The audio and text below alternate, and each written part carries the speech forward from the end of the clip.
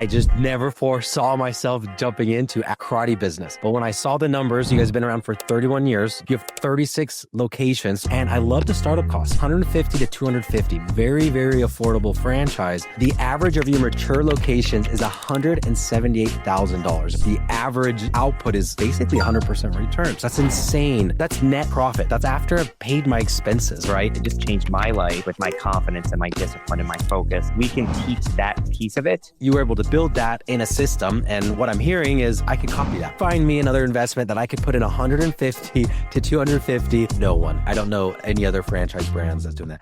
Solomon, thank you a ton for joining me, and I'm super excited to talk about Action Karate today. This is something that I just never foresaw myself jumping into a karate business. But when I saw the numbers, you guys have been around for 31 years. You're not new. You have 36 locations, so 36 locations. You know how to scale across multiple markets.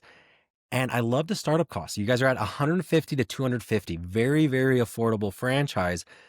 The issue with that is you're like, okay, a lower startup cost, my returns probably aren't that great. But looking at your guys' franchise disclosure documents for your mature corporate stores, the average of your mature locations is $178,000. And you find me another investment that I could put in 150 to 250 within a few years. The average output is basically 100% return. So super excited to dive into this. But yeah, welcome to the show. Tell us how this all got started. Bandit, I'm so excited to be here. I'm super pumped. It all got started because we've been watching you and doing such great things. And we were like, okay, we've never found a partner that we believed in and trusted in to move our baby along. Up until now, it's always been, our own people or people that knew our people, like friends and family of who we are, right? And 31 years ago, I guess more than that, I started training martial arts when I was 14 years old. I'm a product of all the karate movies, mostly Karate Kid, thought it was just like totally awesome, wanted to be that. So I started training. And then when I looked at how, just in a few years, how it changed my life with my confidence and my discipline and my focus, and it just made me who I am. I was like, okay. And I also like the business of it. How can we do this? How can we do it better? How can we help more people making their lives? We always talk about like helping them live to their potential. So my partner and I, Jacqueline, said, okay, we're going to start doing this in 1994. We opened up our first location. And it's like so funny how we found the first location. You would think we use like fancy demographics like we would do now and like figure out like where the schools are and all these things. What we actually did was I live here, she lives here, I go to college here. Okay, what's in the middle of all of it? Okay, perfect. Let's just open there. It was literally just like Lowest drive time. It was lowest drive, exactly what it was. And luckily, because we weren't smart enough at the time and we were so naive, we just picked a shopping center right in the middle. And it turned out we were there for 5 years, and then we eventually moved to another location, a better location, as in we bought the building. But 5 years later, we've been in that location for another 26 years.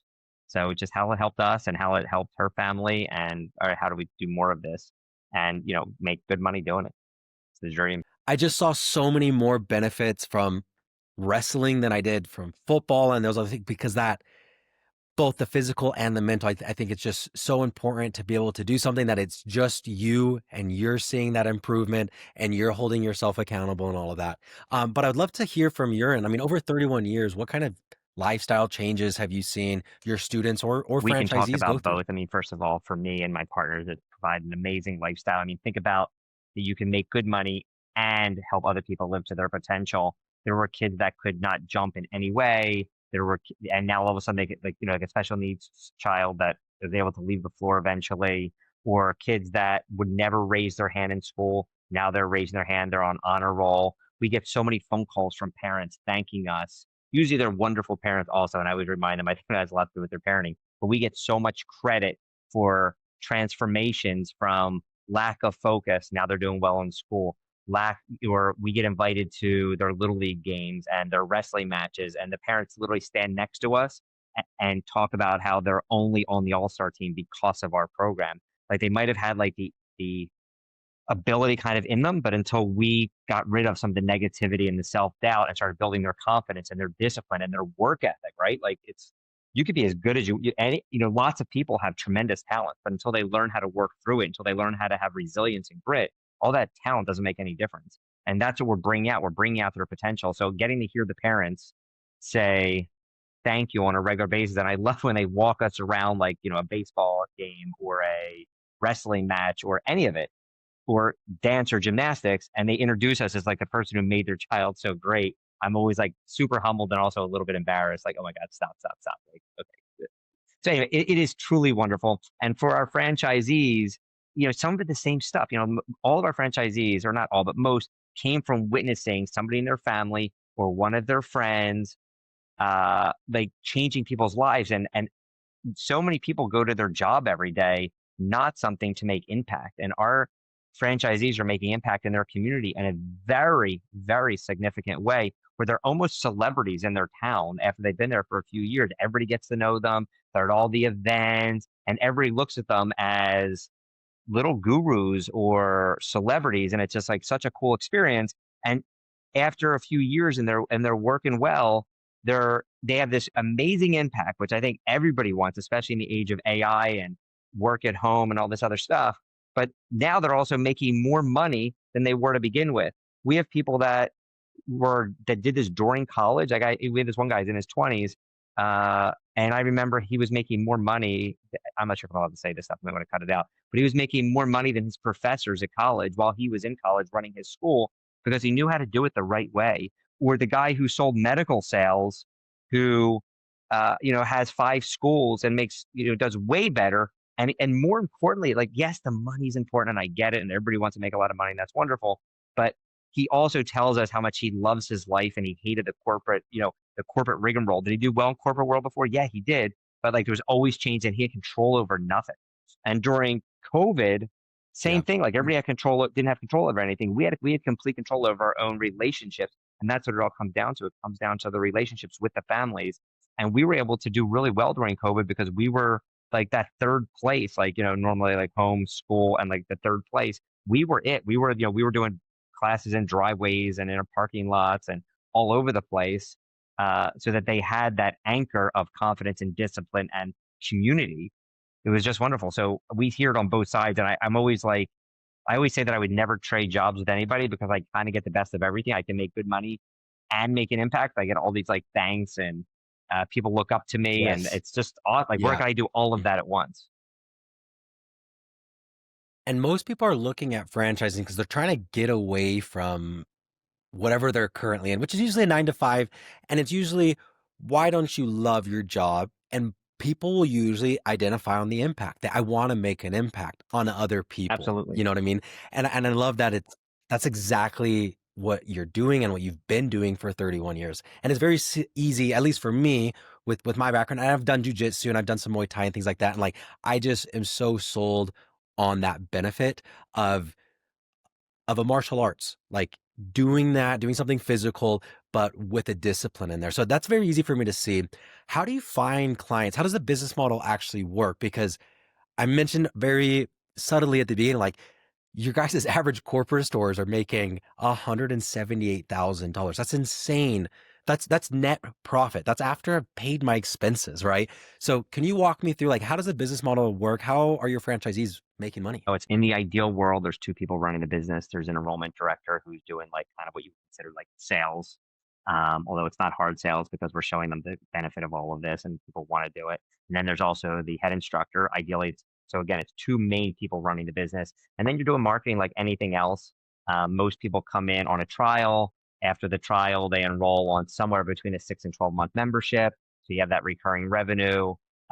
Your goal is to get 12 to 15 new members a month. So it's not a ton, but it is, work to make sure that you're out in the community and showing people what you have. Over time, it gets a little bit easier, I believe, because you have your referrals coming in. You learn how to do it. You get better at it. Your relationships with daycares and schools, and we teach how to do all of that.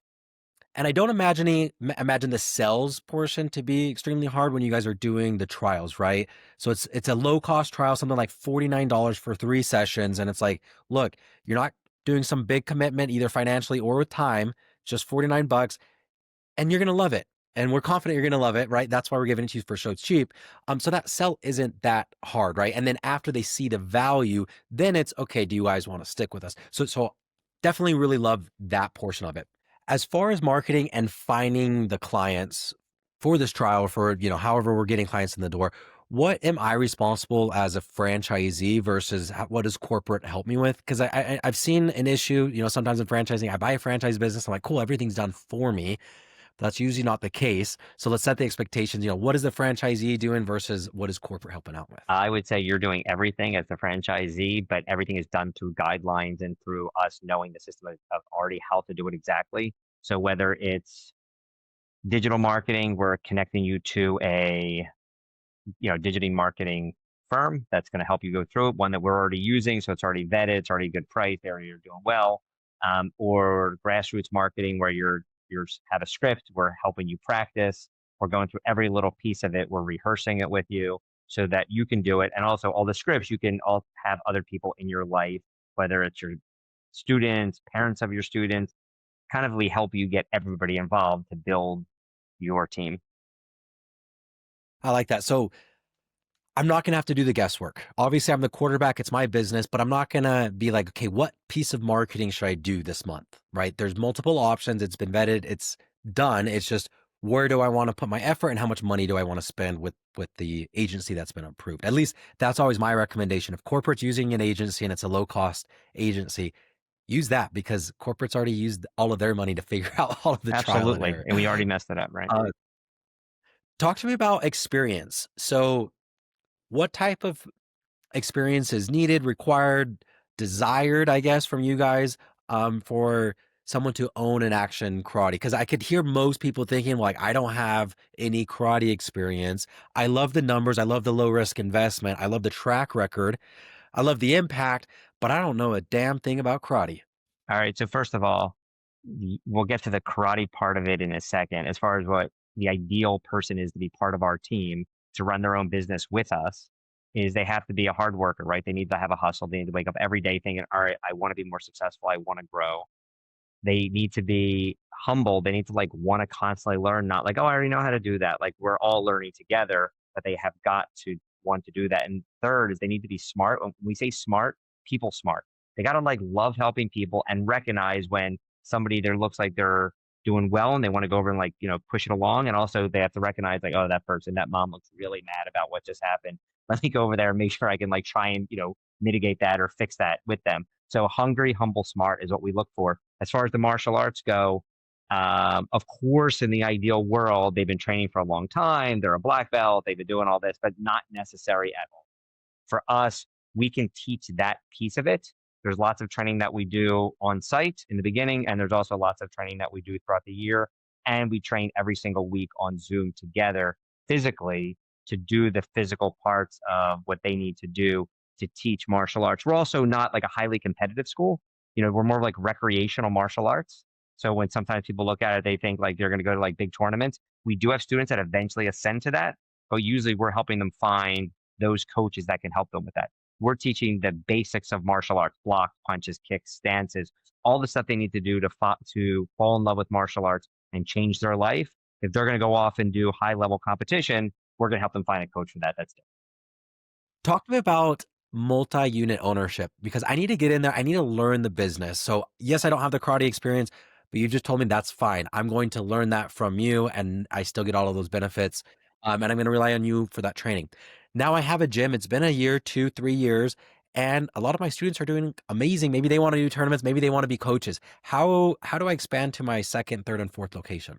So I'm not sure if everybody on here is familiar with a training hospital, like an educational hospital. Like not all hospitals, some hospitals just hospitals, but some like Harvard and the big brand ones are training hospitals, and we run our business exactly the same way. It's learn one, do one, or learn one, do one, teach one. So you're always trying your best. Like you're never in the ideal world, you're never teaching class by yourself. You always have somebody like the next person in line teaching class with you, learning it. We also run probably every 3 to 4 months. We have certifications that we run on Zoom, so it's happening everywhere. And you're bringing your people to learn how to be a teacher for the 3 to 6 year olds, a teacher for the kids, a teacher for the 7 to 12 year olds, a teacher for the adults, a teacher to learn how to bring in new members, a teacher to be or a certification for ambassador, for a brand ambassador. So we're running all these things with you, but like the mindset is, yes, we're all teaching class. Yes, we're inspiring people to become black belts, and all at the same time, you're consistently training the next level person. And those people, if you're doing it within your school, are all big believers in what you're doing. So it's changing their lives and they want to do it. And then those people become your team for multi-school ownership, whether you own the business or a lot of times we do partnerships with them. We want them to participate in all the equity and the upside. And that's really been our model. And we have many of our locations have multiple locations. And they have there's some growing pains in there, just like anything else. Like they're learning, owning one location or one business is different than owning multiple. And we help teach them how they need to support and help their people. And like, again, referencing your guys' franchise disclosure documents, you guys have 11 corporate stores that have been around for, years, mature corporate stores. You're not doing those classes yourself, right? Meaning the $178,000 return is with partners and employees in there running the business for you, times that by 11 stores. That's great money, and you were able to build that in a system. And what I'm hearing is I could copy that, right? I can get to 11 stores over so many years if I replicate exactly what you guys are doing, which I absolutely love. Shifting gears to kind of the process to open up a franchise. So once I pay my franchise fee and sign on, what's the first step in helping me open up my Action Karate? So we care so deeply for your success. Sometimes people think they're selling franchises. We don't think we're selling franchises. We think we're bringing on business partners and we're bringing on people and in the reality, like selling a franchise does no good for anybody. What does well is when you do well or the franchisee does well, then everybody does well, right? Like we're all in it together and we take that belief strongly. So the first step is we're going to send you a whole bunch of scripts. We're going to give you a week or two to go over the scripts, make sure you kind of got the idea. We're going to invite you to come train with us physically, on Zoom. And then you're going to come down for a week long in our headquarter location. We're going to introduce you to all the other instructors. You're going to be part of the family. And part of that is you're going to make sure that you're ready. You're going to go visit schools with us. When I say schools, like elementary schools, daycare center schools, you're going to do everything we do for the week. It's a pretty like long, tough week, but you're going to do everything with us. And we're also going to give you the opportunity at the very end of that. Like if you're like, oh, I didn't realize this what it was, we're going to hand you all your money back. We're going to say, great, have a great day. But if not, then you're going to be in. Like you're going to understand how to do it all. And then from there, we have meeting. This is probably one of the things that I don't know how many other organizations do that. You might know this better, Bennett. But we have a meeting 4 days a week at 9 a.m. that everybody comes to. It's from like 9 a.m. to about 9:45 latest, where we're doing the work together. We're actually going through like, all right, here's the marketing for the day. Here's the curriculum for the week. We're just kind of like read it through together, make sure anybody has any questions, we can help with it. And then And this is for all franchisees are invited. not only not only all the franchisees, but all of their team, if they want to, if they have like other leadership team that want to come to it, we invite everybody, whoever wants to come. Yeah, the answer is no one. I don't know any other franchise brands that's doing that.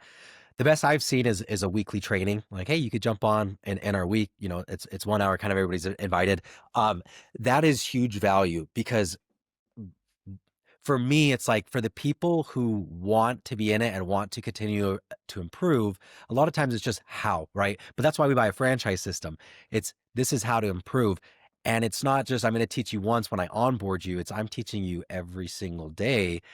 If you care to listen and really care to expand into not only optimizing your one store, but growing into the multi-unit ownership. So hats off to you. Yeah, you're the only one that I've heard of I mean, that's our doing that. culture is everybody comes. It's not really like, I don't think it's required in the, like, in their contract, but if they're the kind of person that's not going to come, they're probably not a good fit. Like we're looking for people that are waking up every morning doing the thing. And then one day we get physical training, which is awesome. Their uniforms on, they're on the Zoom, they have a partner with them and I'm running them or somebody's running them through like a whole class, which is good for their own fitness, which is good for their own learning. And it's also, we're teaching it as a class, so they're benefiting as a martial artist, but we're also making sure we're narrating through, here's how to spotlight somebody, here's how to talk about the vision of black belt, here's how to, this week was inviting people to certifications. We invite parents to, no other schools do this either. We invite parents to come and be certified coaches, just like they're not the main coaches, of course, but they come on the mat, they wear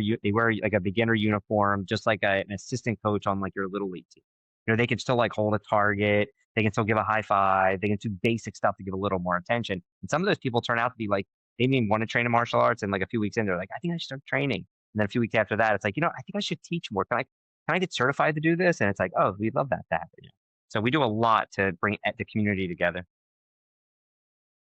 Can you talk to me about the day to day and the time commitment? This is definitely full time. You don't keep a full time job and try to do two things. But after knowing that, what does my day look like? What are the gym hours? Am I in there training? Have classes at 7 a.m. all the way to 9 p.m. Am I hiring people to help me? What is that day to day, and what's the total hourly time commitment per week that we expect? The model in the beginning is we have a meeting at 9 a.m. so about 9:30, 9:45. After that, you have a checklist of things to do. We call it the marketing checklist, but you also have retention stuff. Maybe you have to straighten up your school, like whatever you have to do. Like there's just stuff to do. And then that's till about 12, 12:30.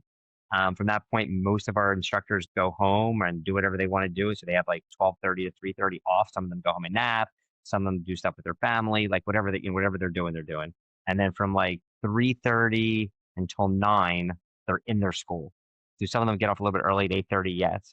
And then that's when they're teaching all their classes. What we call that as prime time is when they're running all the classes, doing all the stuff. And they probably do that for anywhere between 2 and 3 years, if they're pretty good at it. And when I say that, they're doing the whole time, but that's how long it takes to develop like a really good internal team. And your internal team are truly your tribe and your people. And then you begin to say, okay, well, this guy, Brent, Bennett, I'm sorry, Bennett's super good at this. I want him, he also needs a job or whatever. I'm going to hire him to do it. And I'm going to take off Tuesdays and Thursdays. And we have, a ton of our people. Oh, on Tuesday and Thursdays, I'm at my daughter's baseball game and my son, lacrosse game. Yeah, I don't go to, or, I don't go on Saturdays anymore. Or we have people that take enormous amounts of vacation. But they have to build their own team first. But once they build it, you're not like, rarely do we hire from the outside. We do a little bit. But building your own team, people that believe in you, everything you're doing, and they're following you as the leader is just so powerful that you wind up with this awesome team where you have a lot of freedom if you work towards it and you get there. And, tons of our schools do it. So The freedom part's great. And also, I mean, I'm glad I asked that too, because I was a little clouded on that, but 3:30 to 9 is not bad. And then a few hours in the morning. I mean, it is we're not tough asking them to work. if you have kids. I do think it's tough if you have children because 3:30 to 9 is dinner time activities. We have tons Yeah, of yeah. families that do it. Most of them, their kids become like martial arts school people. Like they're there every day. All their friends become there, which some parents love because they get to like all their friends are very positive people. Like the parents are parents with means because they can afford our tuition. Like they like that they're with these specific kids. So they really, really enjoy that. And they become leaders in the school. They become the ones who demonstrate everything. They're on the demo team. Like all these great things happen. But at the same time, there's two people running it. So like when we started, like my partner had two children. I didn't have any children. So, she would go pick them up from school. She would bring them to baseball practice. And, she'll still get done everything she needed to get done at the school, but we worked around it during those seasons. Yeah. No, that totally makes sense. I mean, you definitely have to have flexible. It's not a normal 9 to 5, but we're not demanding 100 hours. And obviously, the returns when you compare it to anything, I'm not even gonna say business. Go look at stock markets. Go look at real estate. Like, where else can you put in that amount of money and have that potential while you're still getting all of those other benefits, which I'm always gonna argue are more important than the money, right? Like actually making an impact, actually liking what you're doing, actually going, like looking forward to work because you're like, sweet, I'm gonna see this kid again, and they're making a lot of progress. So I love that. That's all super fun. Um, the site selection. So you've talked about training. My experience is signing leases, especially when they ask for personal guarantees, suck. How do I make sure that I'm picking a site not based off of drive time and actual analytics? I mean, you guys have a perfect track record. You've never had a franchise close. Do you guys help me with that? We do help. We have demographics for all of our current locations. And usually what we do is when you share, we'll help you find demographics. We'll help you find a good broker. At the end of the day, you're going to make the decision, but we'll share with you the numbers of a school that are somewhat similar, similar number of kids in the area, like 3 to 4 miles, similar number of income, and be like, okay, well, here's a school that's similar. Here's how they're doing. Why don't you go talk to them, find out their challenges? We want it to be, it is a community. Go chat with them, learn all about it. So yes, we absolutely do that. And we've been pretty like fortunate. We have some schools that are in like very high income areas that are like, the nanny brings them to class all the time. And we have some that are, not high income at all, maybe $40,000 a year, 35,000 is the average income. And all the schools do well because what all parents have in common is they love their kids and they want more for their kids than they had. So they're always willing to make that investment uh, to make their children better. So we've been really fortunate that, of course, we put some credence in all the demographics, but we've been pretty lucky with all of our demographics, and they do range pretty greatly. All have worked out. It's really the That's person good. that's putting their And heart so, into it. yeah. Yeah. And I mean, as long as I have that population density within, the 5, 10 miles on the end, I have those metrics, then it's like, okay, well, we know we have the program and the marketing. I know I have the marketing to get them through the door, and then we have the program to keep them in the door. And we just need that, we need that population. So, um, I like that. And it also opens up the door to more markets, right? More potential markets, because you don't need such a high upper class, demographic per se, which then it's just a little bit easier to expand, and grow towards that multi-unit ownership. Once landlords, I What want to I share this. I want to share one thing. Once Yeah, landlords please. get to know us, they love us. Besides the fact we pay rent on time, which is great, we bring in a higher demographic than the average of whatever the community is, right? Because it's people that are investing in their children, they're into education, they're into self improvement, and they're investing in their time and their money into it. We also hold them captive for 30 to 45 minutes. So the parent, for the most part, stays.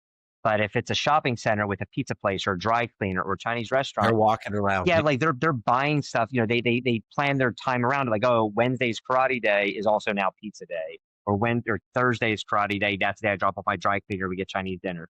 So like our neighbors love us because it's not like a supermarket where somebody goes in, goes out. Like, yes, there's a lot of traffic, but we're holding them hostage for a period of time where it makes sense to go pick up your whatever you need because you're standing there anyway. Yes, I love that. Um, and it gives you a lot better negotiation power with the landlord, when not only that you have it, but the bigger part is realizing it and knowing how to negotiate.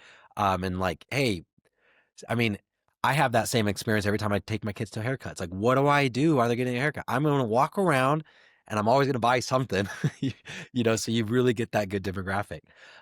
Talk to me about, once I've opened my store, how hard is it to kind of ramp up? Because that's always the scary time, right? I've just opened, I have this lease payment, I don't have any freaking clients yet. What should those expectations be? I'm gonna hit it hard. I'm gonna do every single marketing effort, whatever. But what are those expectations as far as like a ramp up period? So many months to break even, or whatever you want to share as far as expectations go there. I mean, we could do it by new members or new students. It takes about 6 to 12 months. Some of our schools do it in 6 months, and they're the ones that you just said are like hitting it hard. They're doing everything we suggest to do, whether it's on the ground, grassroots marketing. They're at all the fairs. They're at all the, table events. They're visiting the Boy Scouts and the Girl Scouts and the daycare centers. So like 100 students to 6 months to 12 months is what it takes to get there. And that you're pretty much past break even once you get to 100 students. And then from 100 to 200, probably another 12 months. Again, if you're doing well. And if you're doing the things, if you're, showing up late and turning on the lights at 3:30, it's not working. If you're from 9 to 12, 9 to 1, whatever it is, you're doing what it takes to do it. You're doing all those things. 200 students is a fair number to get to between 2.5 years, even if it is a little bit slow and you're learning how to do it as you go. Yeah. And really what I wanted to hear there is, again, it's not like, hey, you need to go get 600 members. You need 300 members to break even and 600 members to really start making money.